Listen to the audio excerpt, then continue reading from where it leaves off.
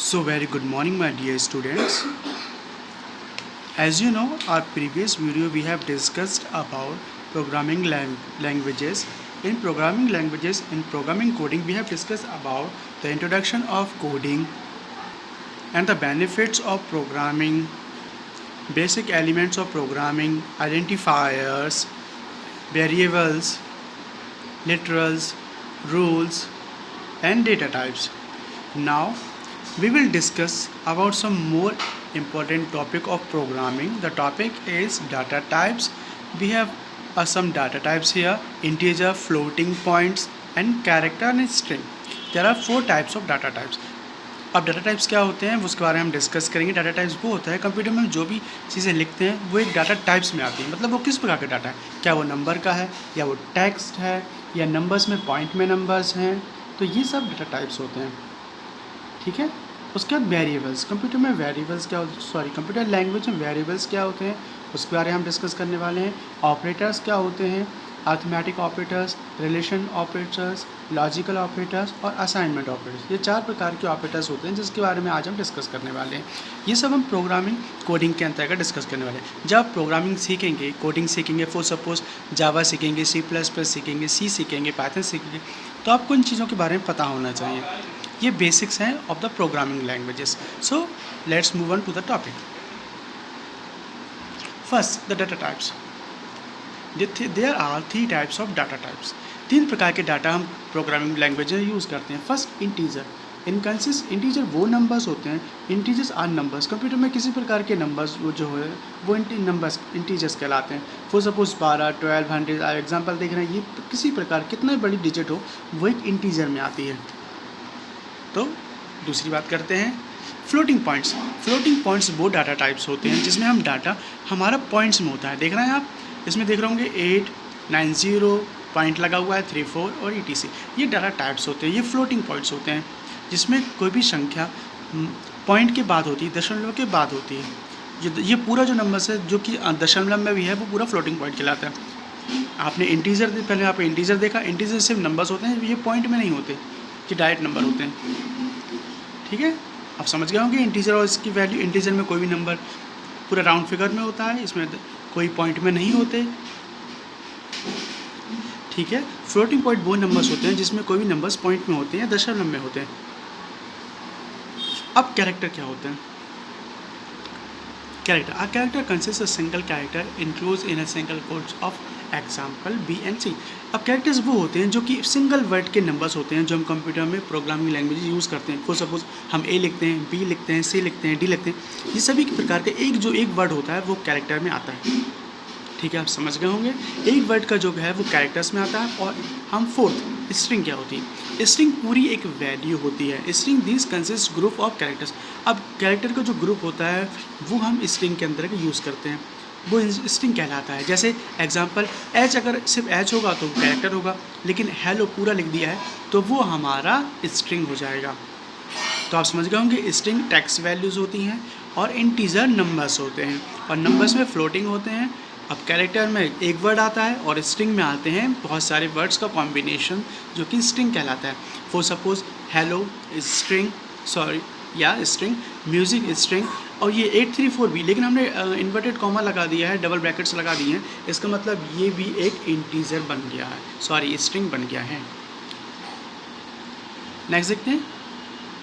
अब वेरिएबल्स क्या होते हैं. Variables is basically a memory location which hold some value in it and it identify it is name. अब क्या होता है, कंप्यूटर में हमने कोई भी नाम लिखा. फॉर सपोज हमने बनाया एक ग्रुप बनाया क्लास का. हमने क्लास लिखा, उसके अंदर क्लास लिखा 1, 2, 3, 4, 5, 6, 7, 8, 9, 10. अब मुझे जब भी क्लास को आइडेंटिफाई करना है तो मैं बार बार थोड़ा नंबर लिखूंगा कि 1, 2, 3, 4, 5. तो मैं उसे एक वेरिएबल दे दूंगा कि वो वेरिएबल मेरा क्लास का है. अगर मैं उसे लिखूँगा क्लास, तो वो जब भी मैं क्लास लिखूँगा और उसे प्रिंट करूँगा तो वो उस नंबर से आने लगेगा, पूरे नंबर से एक बार आ जाएंगे. आप वेरिएबल ये समझ लीजिए, variable is just like a memory location.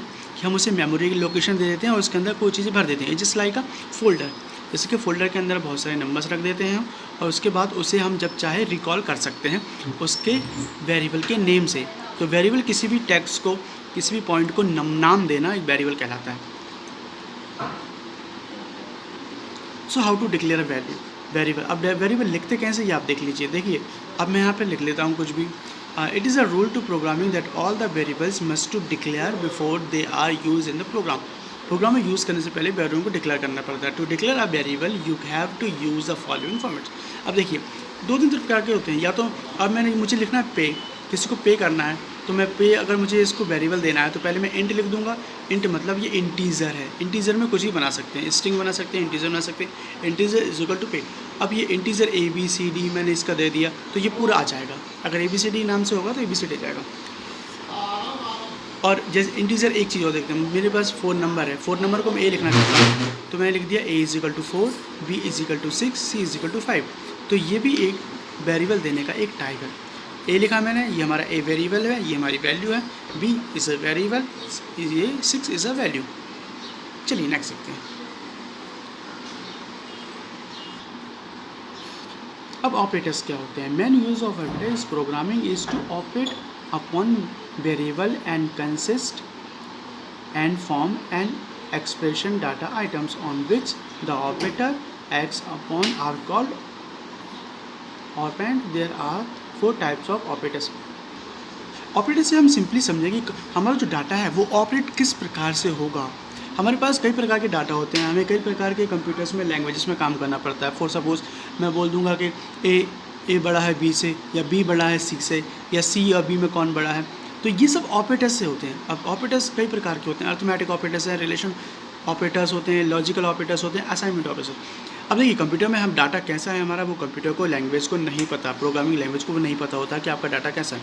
Her data को आपको एक नाम देना पड़ता है। हर डाटा यार एक दूसरे से अलग होता है, जो कि मैंने बता दिया आपको। कई प्रकार के ऑपरेटर्स होते हैं। तो ये 4 प्रकार के ऑपरेटर्स होते हैं जो आपको पता होना। अब देखिए हम ध्यान से देखते हैं कि ऑपरेटर्स होते क्या हैं। अर्थमेटिक ऑपरेटर्स क्या होते हैं। ऑपरेटर्स आप इतना समझ लीजिए, ऑपरेटर्स ये बस इतना समझ लीजिए कि that's are operate upon variables and consist any form. अब किसी भी वेरिएबल में और किसी भी वर्ड में, नंबर्स में जो हम ऑपरेट करते हैं वो ऑपरेटर से ही पॉसिबल हो पाता है। अब ऑपरेटर्स कैसे होते हैं ये आप देख लीजिए एक बार। अर्थमेटिक ऑपरेटर्स किस प्रकार के होते हैं। देखिए अर्थमेटिक ऑपरेटर्स में हर वो काम होता है जो plus, minus, subtraction, multiplication, division और एक्सपोनेंट्स पे होते हैं। ये पूरे काम, ये 6 प्रकार के अर्थमेटिक ऑपरेटर्स होते हैं जो कि हम कंप्यूटर्स में, लैंग्वेजेस में काम करते हैं। Using these operators you can build arithmetic expressions और कैलकुलेटिंग द नंबर्स।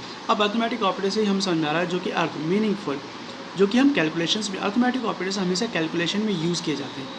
ये 6 प्रकार के होते हैं, ये बहुत ही इंपॉर्टेंट है, आप याद कर लें। मे बी हाफ ईयरली में आ सकते हैं कि 8 प्रकार के अर्थमेटिक ऑपरेटर्स, 6 प्रकार के अर्थमेटिक ऑपरेटर्स होते हैं।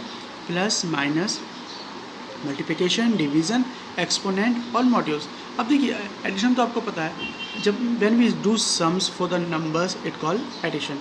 व्हेन वी सब्सट्रैक्ट, कोई चीज़ घटाते हैं तो वो सब्सट्रैक्ट कहलाता है। मल्टीप्लिकेशन भी आपको पता है, it is about multiply. Okay. Division, as you know that we divide, जब हम डिवाइड करते हैं किसी की संख्या से किसी से, उसे डिवाइड करते हैं। अब एक्सपोनेंट क्या होता है, आप देख रहे हैं किस चीज़ पे पावर होती है, किस चीज़ पे अगर कोई किसी संख्या पे कोई पावर चढ़ी है तो उसका जो रिजल्ट आता है वो एक्सपोनेंट कहलाता है। ये भी हम प्रोग्रामिंग में करते हैं।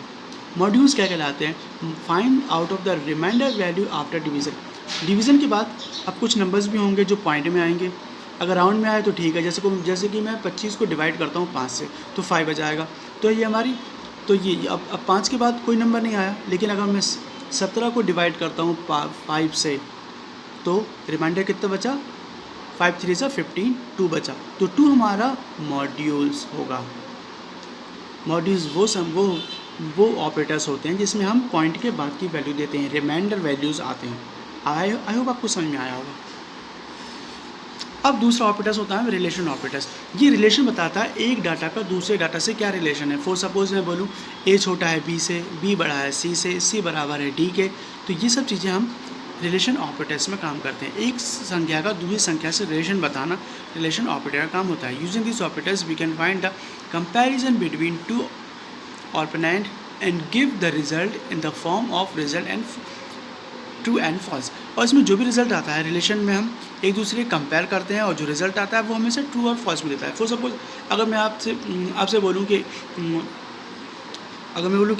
इंडिया की जो राजधानी है वो भोपाल है, तो ये ट्रू है फॉल्स है, ये फॉल्स में आएगा। तो ये इसी प्रकार का कंपैरिजन करके ट्रू फॉल्स में वैल्यू देता है। अब कितने प्रकार के होते हैं? 6 प्रकार के रिलेशन ऑपरेटर्स भी होते हैं। अब देखिए फॉर मैंने यहाँ पे सपोज आपको एग्जांपल के लिए लिख दिया a = 10 और b = 20। अब देखिए किस प्रकार से लगाए जाते हैं ये देख लेते हैं। ऑपरेटर्स को लेस देन मतलब छोटा है। अब मैंने यहाँ पे लिखा a is smaller than b, ये बीच में देख रहा है ये साइन यहाँ पे स्मॉलर देन का है, और ये वाला देख रहे हैं सेकंड ये ग्रेटर देन का है। अब मैंने यहाँ पे लिखा है कंडीशन एक्सप्रेशन है मेरा a स्मॉलर देन b, तो क्या ये सही है?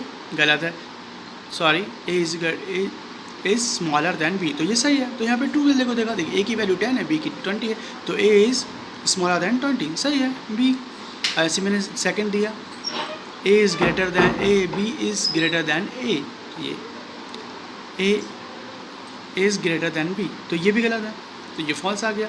लेस दैन और इक्वल, लेस दैन और इक्वल भी यूज़ होते हैं। इसी प्रकार इक्वल भी यूज होता है। लेस दैन इक्वल का होता है, अब मैं इसे थर्ड में वैल्यू मिल रहा हूँ लेस दैन और इक्वल, मतलब मैंने कहा a या तो b से बड़ा है या b के बराबर है। कैसा है? क्या a या तो b से बड़ा है नहीं है, या b के बराबर है नहीं है, तो दोनों गलत हैं, तो यहाँ भी फॉल्स आ गया। मैंने दिया फॉर इक्वल। अब मैंने इसे बताया कि a और b इक्वल हैं, a और b इक्वल हैं क्या? a इज़ 10 b इज़ 20, तो नहीं है इक्वल, तो यहाँ भी फॉल्स आ गया। अब मैंने इसे बोला नॉट इक्वल। नॉट इक्वल मेरी वो वैल्यू होती है जिसमें बता रहा हूँ कि एक कोई चीज़ नहीं है, मैंने कुछ भी लगा दिया तो नहीं है मैं लगाया। इसका पहला जो साइन होता है आप देख रहे हैं ये एक्सक्लेमेशन का साइन है, जो कि आपके कीबोर्ड में 1 नंबर है, 1 नंबर के ऊपर होता है, इसे आप शिफ्ट दबा के प्रेस कर सकते हैं। ठीक है, अब मैंने इसे क्या किया, मेरी कंडीशन दे दी मैंने इसे a बराबर नहीं है b के। देखिए अगर ये वर्ड नहीं होता तो हमारा सीधी कंडीशन होती a बराबर है b के, लेकिन मैंने एक्सक्लेमेशन लगा दिया तो a बराबर नहीं है b के, मतलब सही है, a बराबर b के नहीं है तो ट्रू दे दिया। इस तरह से होता है। Now, logical operators.